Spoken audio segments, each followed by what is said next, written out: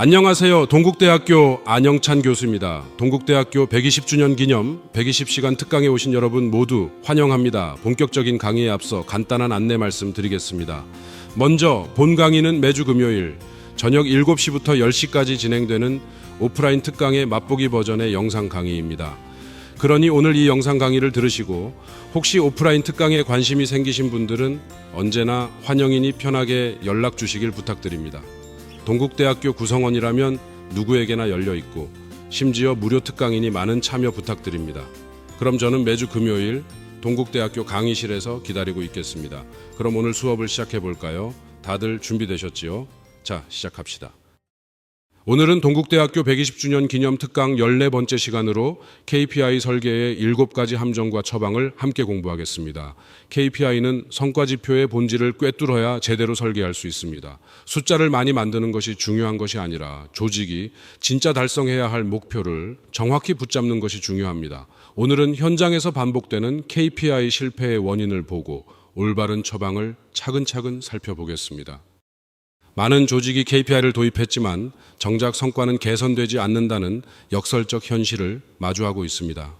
열심히 측정하지만 중요한 것은 빠져 있고 달성률은 높아지지만 실제 성과는 정체되는 일이 반복됩니다. 현장에서는 KPI를 달성했는데도 왜 사업 성과가 나빠지는지 묻습니다. 측정 가능한 것만 관리하다 보면 정작 중요한 것을 놓치는 구조적 함정에 빠집니다. 결국 KPI는 선택과 설계의 문제입니다.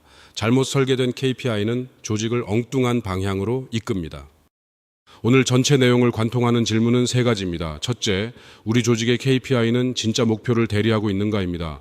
측정하는 숫자가 우리가 진정으로 달성해야 할 목적과 실제로 연결되어 있는지 물어야 합니다. 둘째, 측정 가능하다는 이유만으로 KPI를 선택하고 있지는 않은가입니다. 측정이 쉬운 지표가 중요한 지표라는 착시가 조직을 왜곡할 수 있습니다. 셋째, 구성원들이 지표를 관리하는가 아니면 지표 게임을 하고 있는가입니다. KPI가 업무 개선의 도구가 아니라 점수 따기의 수단이 되는 순간 조직은 성과가 아니라 숫자에 갇히게 됩니다. 오늘의 흐름은 5부분으로 이어집니다. 먼저 핵심 개념과 이론을 통해 KPI 설계의 7가지 함정과 이론적 토대를 살펴봅니다. 이어서 웰스파고 스캔들 국내외 공공기관과 기업 사례를 통해 함정이 현실에서 어떻게 작동하는지 분석합니다. 다음으로 올바른 KPI 설계를 위한 7단계 처방, 진단 매트릭스, 실전 도구를 봅니다. 그 다음에는 KPI 점검표, 스무 문항을 활용해 직접 진단하는 실습을 진행합니다. 마지막으로 핵심 요약과 90일 실행 과제, 다음 강의 예고로 마무리하겠습니다.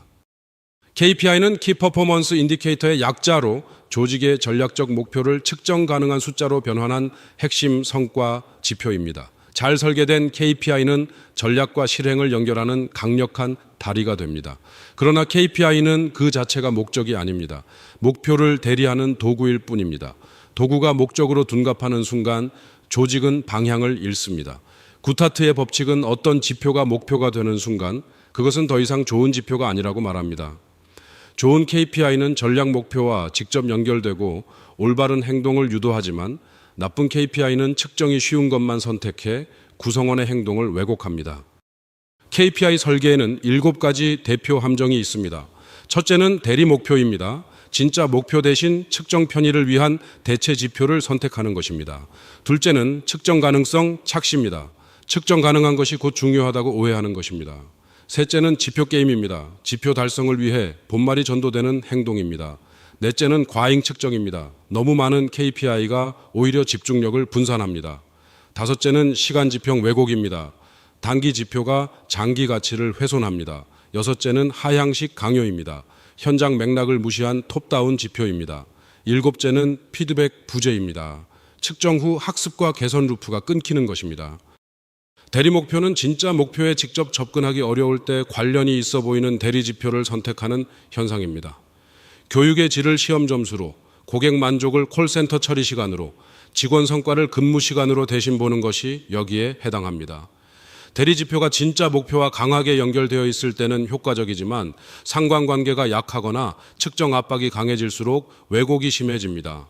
측정 가능성 착시는 측정할 수 없으면 관리할 수 없다는 말을 잘못 적용해 측정 가능한 것만 중요하다고 여기는 착각입니다. 조직 문화, 심리적 안정감, 장기적 신뢰관계, 창의성과 혁신 역량, 리더십 품질처럼 어렵지만 중요한 것들을 놓치지 않아야 합니다. 지표 게임은 구성원들이 실제 성과를 개선하는 대신 지표 자체를 조작하거나 편법으로 달성하는 행동입니다. 이것은 개인의 도덕성 문제만이 아니라 잘못 설계된 시스템이 만들어낸 합리적 반응입니다. 목표 낮추기는 달성 가능한 수준으로 목표를 협상에 낮춘 뒤 쉽게 달성하는 전략입니다. 체리피킹은 KPI에 유리한 고객이나 프로젝트만 선택하고 어려운 것은 회피하는 행동입니다. 수치 분식은 측정 기간 말에 단기 성과를 끌어당겨 지표를 인위적으로 부풀리는 행위입니다. KPI를 설계할 때는 이 지표가 어떻게 게임될 수 있는지 먼저 상상해야 합니다. 과잉 측정은 KPI 수가 많아질수록 구성원의 주의가 분산되고 무엇이 진정으로 중요한지 불명확해지는 현상입니다. 진정한 KPI는 3개에서 5개로 집중되어야 하며 핵심이라는 단어를 진지하게 받아들여야 합니다. 시간 지평, 왜곡은 분기와 연간 KPI 달성 압박이 장기적 가치 창출을 희생시키는 의사결정을 유도하는 것입니다. 연구개발 투자를 줄이면 단기 비용은 절감되지만 장기 경쟁력은 훼손됩니다. 고객 품질을 타협하면 단기 매출은 달성될 수 있지만 장기 이탈은 빨라집니다. 직원 역량 개발을 외면하면 단기 생산성은 유지될 수 있지만 장기 인재 기반은 고갈됩니다. 하향식 강요는 본사나 경영진이 현장 맥락을 이해하지 못한 채 일방적으로 KPI를 부과하는 것입니다. 이렇게 되면 지표는 현실을 반영하지 못하고 현장의 저항과 형식적 달성만을 낳습니다. KPI 설계에는 현장의 목소리가 반드시 포함되어야 합니다. 피드백 부재는 측정 후 학습과 개선이 이루어지지 않는 상태입니다. 이때 KPI는 단순한 보고 도구로 전락합니다. 진정한 KPI 관리는 측정, 분석, 학습, 개선의 순환 구조를 완성하는 것입니다. 이 루프가 끊기면 조직은 같은 실수를 반복하게 됩니다. 웰스파고 은행은 고객 1명당 8개 계좌라는 KPI를 핵심 성과 지표로 설정하고 직원들에게 강력한 인센티브와 처벌을 연결했습니다. 결과는 충격적이었습니다. 직원들은 고객 동의 없이 약 350만 개의 유령 계좌를 개설했습니다. KPI는 달성됐지만 실제 고객 가치는 없었고 오히려 신뢰를 훼손했습니다. 계좌 수라는 대리 목표가 진짜 목표인 고객 관계 심화를 대체했고 극단적 압박이 지표 게임을 유도했습니다. 강력한 인센티브가 걸린 KPI일수록 왜곡 가능성이 높습니다. 고객 만족과 장기 유지율 같은 질적 지표의 균형 없이 양적 지표만 강요하면 큰 위험을 초래합니다. 영국 NHS는 응급실 대기 시간 4시간 이내 처리를 핵심 KPI로 도입했습니다. 의도는 서비스 품질 향상이었습니다. 그러나 예상치 못한 결과가 나타났습니다. 병원들은 4시간이 가까워지면 환자를 복도 대기 상태로 보류하거나 실제 치료보다 행정 처리를 서둘러 기록상 기준을 맞추는 행동을 보였습니다. 대기 시간을 줄이는 목표 자체는 중요하지만 단일 시간 지표가 지나치게 강해지면 치료 품질과 환자 경험이 왜곡될 수 있습니다. 따라서 단일 시간 지표가 아니라 치료 품질, 재방문율, 환자 만족도를 함께 반영하는 복합 지표 체계가 필요합니다. 국내 공공기관들은 2000년대 중반 이후 정부 주도로 성과 연봉제와 KPI 기반 평가를 일괄 도입했습니다. 도입 배경은 민간 기업 방식의 성과 관리를 공공부문에 이식해 효율성과 책임성을 높이는 것이었습니다. 그러나 공공서비스 특성상 수치화하기 어려운 업무는 저평가되고 단기적으로 보이는 성과만 추구하는 왜곡이 발생했습니다. 구성원들은 협업을 기피하고 도전적 업무를 회피하며 동료 간 정보 공유가 줄어드는 조직 문화 악화를 경험했습니다. 조직의 미션, 문화, 업무 특성을 반영하지 않은 KPI 이식은 결국 형식화를 낳습니다. 구글의 OKR 방식은 목표와 핵심 결과를 분리합니다. 목표는 영감을 주도록 질적으로 설정하고 핵심 결과만 수치화합니다. 70% 달성도 성공으로 간주하기 때문에 도전적 목표 설정 문화를 촉진하고 실패에 대한 심리적 안정감을 제공합니다. 반면 전통적 KPI 방식은 목표치를 100% 달성해야 하는 구조가 많습니다. 이 경우 구성원은 안전한 목표를 설정하려 하고 달성 가능성이 곧 목표의 기준이 됩니다.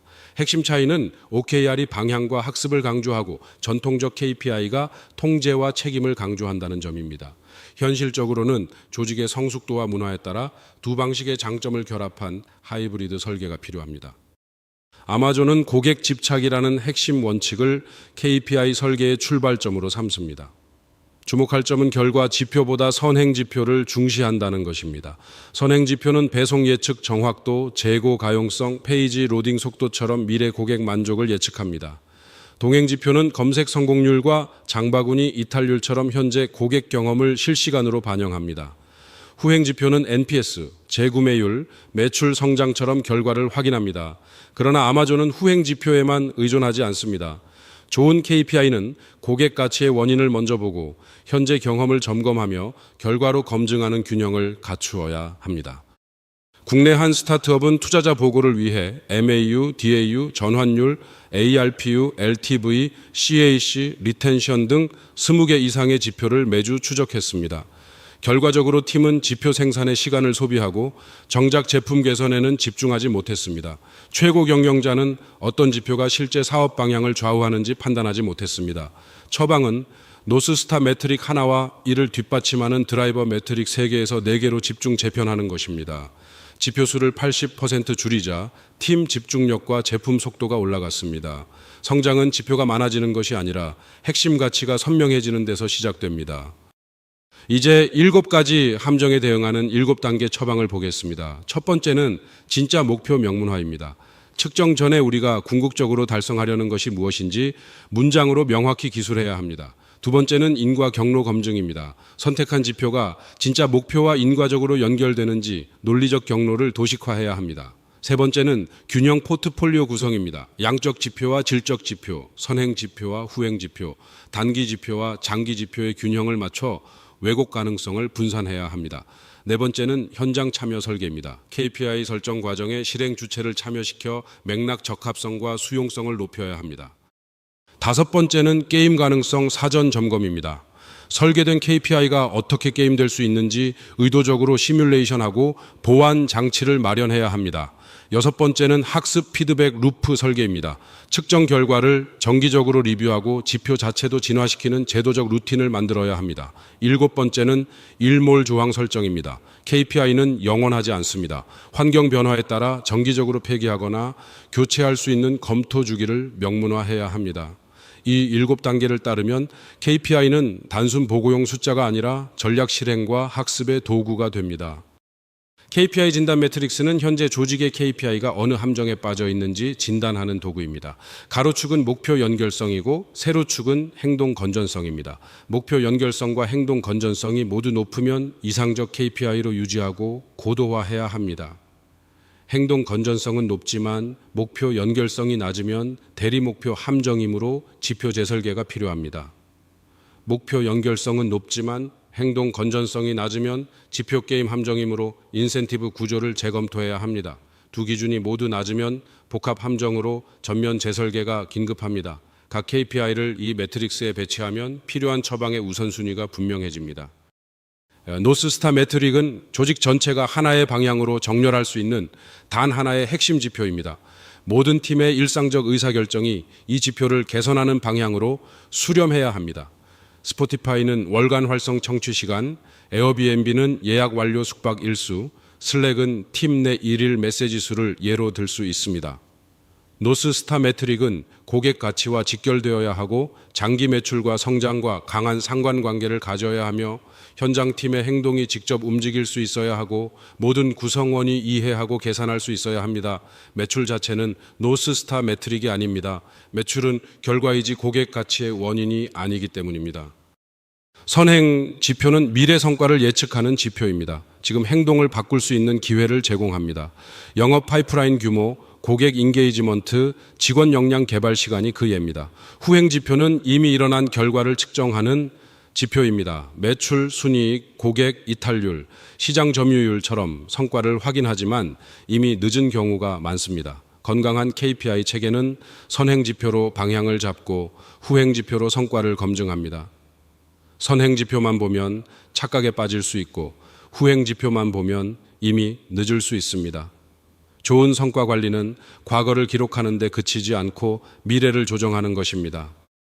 KPI 설계 품질은 스마트 플러스 C 기준으로 점검할 수 있습니다. 스페시픽, 즉 구체성은 무엇을 누가 어느 범위에서 측정하는지 명확한지를 봅니다. 메저러블, 즉 측정 가능성은 객관적 데이터로 측정 가능하고 측정 방법이 표준화되어 있는지를 봅니다. 어치버블, 즉 달성 가능성은 도전적이면서도 현실적인 목표 수준인지 묻습니다. 릴러번트, 즉 관련성은 전략 목표와 직접 연결되고 팀이 실제로 영향을 줄 수 있는지를 봅니다. 타임 바운드는 측정 주기와 목표 달성 시점이 명확한지 확인합니다. 여기에 컴플라이언트, 즉 준법과 윤리를 더해야 합니다. 이 지표가 비윤리적 행동이나 편법을 유발하지 않는지 반드시 점검해야 합니다. 이제 직접 자신의 조직 KPI를 점검하는 실습으로 들어갑니다. 점검표 20문항은 5개 영역으로 나누어 진행합니다. 각 문항에는 yes, partial, no로 답하면 됩니다. no가 3개 이상이면 해당 영역의 KPI를 즉시 재검토해야 합니다. 영역 A는 목표 연결성 검증으로 우리 KPI가 진짜 목표를 향하고 있는지 봅니다. 영역 B는 측정 품질 검증으로 제대로 측정하고 있는지 점검합니다. 영역 C는 행동 건전성 검증으로 지표 게임 위험을 봅니다. 영역 D는 균형과 집중도 검증으로 과잉이나 편향을 점검합니다. 영역 E는 학습과 진화 검증으로 KPI가 살아 숨쉬고 있는지 확인합니다. 영역 A와 영역 B는 목표 연결성과 측정 품질을 봅니다. 첫째, 이 KPI가 달성되면 조직의 전략 목표가 실제로 진전되는지 확인해야 합니다. 아니라면 인과 경로를 재검토해야 합니다. 둘째, 이 KPI가 진짜 목표인지 대리 목표인지 판별해야 합니다. 셋째, KPI와 전략 목표 간 인과 경로를 문장으로 설명할 수 있어야 합니다. 넷째, KPI가 달성되어도 전략적으로 실패할 수 있는 시나리오를 점검해야 합니다. 5째부터 8째까지는 측정 방법과 데이터 출처가 표준화되어 있는지, 측정자와 무관하게 동일한 결과가 나오는지, 조작 가능성이 없는지, 중요해서 선택된 지표인지 확인합니다. 노가 나오면 측정 정의서와 독립 검증 체계를 마련해야 합니다. 영역 C와 영역 D는 행동 건전성과 균형, 집중도를 봅니다. 9째 구성원들이 이 KPI를 달성하기 위해 바람직하지 않은 행동을 하고 있지는 않은지 점검해야 합니다. 10째 KPI 달성을 위해 다른 중요한 일이 희생되고 있지는 않은지 봐야 합니다. 11째 목표 수준 설정에 구성원이 참여했는지 확인해야 합니다. 12째 당위 결과를 위해 장기 가치를 훼손하도록 유도하지 않는지 봐야 합니다. 13째 현재 추적 중인 KPI 수가 7개 이하인지 점검합니다. 14째부터 16째까지는 선행 지표와 후행 지표의 균형, 양적 지표와 질적 지표의 병행, 개인 KPI와 팀 및 조직 KPI의 정렬을 확인합니다. 노가 많다면 구조 조정과 포트폴리오 재설계가 필요합니다. 영역 E는 학습과 진화를 점검합니다. 17째 KPI 결과를 정기적으로 리뷰하고 실행에 반영하는 루틴이 있는지 확인합니다. 18째 KPI 달성 실패 시 지표 자체의 적절성도 함께 검토하는지 봅니다. 19째 사업 환경 변화에 따라 KPI를 수정하거나 폐기할 수 있는 제도적 절차가 있는지 점검합니다. 20째 구성원들이 KPI의 설계 의도와 한계를 충분히 이해하고 있는지 확인합니다. 이 영역에서 노가 많다면 월간 KPI 리뷰 회의, KPI 자체 점검 문화, 일몰 조항, KPI 리터러시 교육이 필요합니다. 여러분 조직의 KPI 하나를 골라 이 20문항을 직접 적용해보면 노와 파셜 항목이 바로 개선의 출발점이 됩니다. 점검 결과는 예스 개수와 영역별 패턴으로 해석합니다. 예스가 17개에서 20개이면 우수한 KPI 체계입니다. 지속적 모니터링과 고도화에 집중하면 됩니다. 예스가 12개에서 16개이면 기본은 갖추었지만 개선이 필요합니다. 노 항목의 처방을 90일 안에 실행해야 합니다. 예스가 7개에서 11개이면 구조적 문제가 존재하므로 우선순위 영역을 정해 즉시 재설계에 착수해야 합니다. 예스가 6개 이하이면 전면 재설계가 필요합니다. A. 영역에 노가 많으면 대리목표 함정, B 영역은 측정 신뢰성 문제, C 영역은 지표 게임 위험, D 영역은 과잉 측정과 불균형, 이 영역은 학습 루프 단절을 의미합니다. 핵심을 정리하겠습니다. KPI 설계에서는 대리목표, 측정 가능성 착시, 지표 게임, 과잉 측정, 시간 왜곡, 하향식 강요, 피드백 부재라는 7가지 함정을 항상 의식해야 합니다. 모든 KPI는 전략 목표와의 인과 경로가 명확해야 하며 이 지표가 오르면 진짜 목표도 달성되는가라는 질문을 계속 던져야 합니다. 선행과 후행, 양적과 질적, 단기와 장기 지표의 균형 포트폴리오를 구성하고 핵심 지표는 7개 이내로 집중해야 합니다. KPI 설계는 현장과 함께 해야 하며 정기 리뷰와 일몰 조항을 통해 살아있는 도구로 계속 진화시켜야 합니다. 90일 실행 과제는 3단계입니다. 첫째, 1일부터 30일까지는 진단입니다. 현재 조직의 KPI를 점검표 20문항으로 전수 진단하고 노 항목과 영역을 지도로 시각화한 뒤 가장 시급한 함정 1개에서 2개를 특정해야 합니다. 둘째, 31일부터 60일까지는 설계입니다. 진단 결과를 바탕으로 핵심 KPI 3개에서 5개를 재설계하고 노스스타 매트릭을 명문화하며 선행 지표를 발굴하고 현장팀과 함께 인과 경로를 검증해야 합니다. 셋째, 61일부터 90일까지는 실행입니다. 새 KPI 체계를 파일럿 운영하고 월간 KPI 리뷰 회의 루틴을 도입하며 30일 후 재점검으로 개선 여부를 확인하고 다음 사이클을 시작해야 합니다. 90일 후에는 조직 KPI 재설계 보고서를 A4 두세 페이지로 작성합니다. 마지막으로 참고할 자료와 다음 시간을 확인하겠습니다. 주요 참고 자료로는 멀러의 더 티러니 오브 매트릭스, 마이키 퍼포먼스 인디케이터스, 도어의 메저완 메터스 OKR스, 카플란과 노턴의 더 밸런스드 스코어 카드, 오스왈드와 피그누어의 비즈니스 모델의 탄생이 있습니다. 다음 강의는 2026년 6월 5일에 진행되는 15번째 시간으로 전략 실행의 마지막 1마일, 실행력을 결정하는 요인과 처방을 다룹니다. 전략과 실행의 갭, 실행력의 4가지 핵심 요소, OKR과 라시와 전략 대시보드, 실행력 진단과 개선 계획을 이어서 살펴보겠습니다. 오늘 배운 KPI는 조직이 진짜 목표를 잊지 않게 하는 나침반입니다. 어떠셨나요? 유익하셨나요? 유익하셨다면 유튜브 채널 좋아요, 구독, 알림 설정 한 번씩만 부탁드리겠습니다. 더욱 방대한 고급 정보를 얻고 싶으시다면 앞서 오프닝에서 언급했듯이 120시간 특강 현장 오프라인 강의에 참석해 보시는 것을 추천드립니다. 조만간 또 뵙겠습니다. 감사합니다.